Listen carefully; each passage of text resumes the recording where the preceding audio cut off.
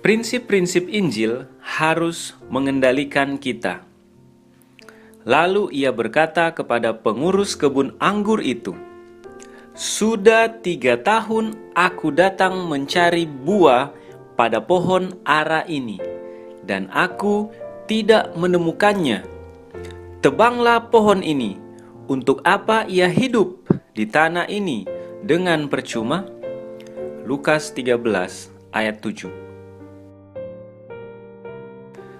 Tuhan akan dimuliakan bila mana umatnya lebih berbudi baik daripada mereka saat ini, lebih berbelas kasihan dan lebih penuh pertolongan kepada satu dengan yang lain. Bila mana kasih Kristus ada dalam hati, masing-masing benar-benar akan menjadi penuh perhatian terhadap satu dengan yang lain. Saudara-saudara tidak akan merugikan satu sama lain dalam setiap transaksi bisnis mereka.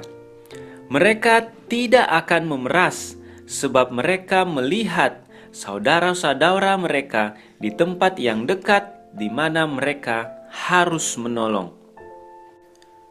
Mereka yang mengambil keuntungan dari kekurangan orang lain membuktikan bahwa mereka tidak dikendalikan oleh prinsip-prinsip dari Injil Kristus. Perbuatan mereka dicatat dalam buku surga sebagai penipuan dan ketidakjujuran. Dan dimanapun prinsip-prinsip ini mengatur, berkat dari Tuhan tidak akan datang ke dalam hati. Orang-orang yang demikian sedang menerima kesan dari musuh besar, gantinya menerima kesan dari Roh Allah. Akan tetapi, mereka yang pada akhirnya akan mewarisi kerajaan surga harus diubahkan oleh anugerah ilahi. Mereka harus memiliki hati dan kehidupan yang murni dan memiliki tabiat-tabiat yang simetris. Semua alat yang mungkin engkau akumulasikan, bahkan walaupun itu barangkali berjuta-juta, tidak akan cukup untuk membayar tebusan bagi jiwamu. Karena itu, janganlah tinggal dalam ketiadaan rasa menyesal dan ketidakpercayaan, dan menolak kehendak Allah yang mulia. Jangan memaksa tangannya yang penuh kasih untuk membinasakan harta bendamu atau menyiksa dirimu.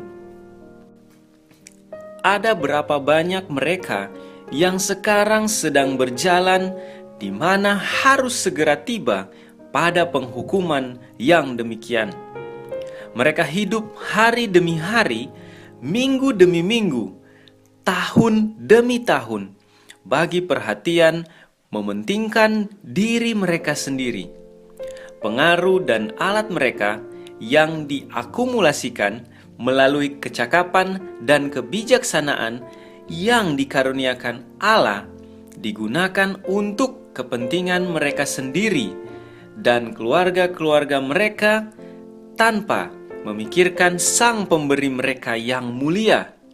Tidak ada yang diizinkan oleh mereka mengalir kembali kepada Sang Pemberi. Akhirnya kesabarannya terhadap para penata layanan yang tidak setia ini habislah, dan ia membawa semua cinta diri mereka, rancangan-rancangan duniawi mereka kepada suatu akhir yang tiba-tiba, menunjukkan kepada mereka bahwa sebagaimana mereka telah mengumpulkan kemuliaan mereka sendiri, ia dapat hamburkan dan mereka tak berdaya menolak kuasanya. Testimonies for the Church, volume 5, halaman 350-351.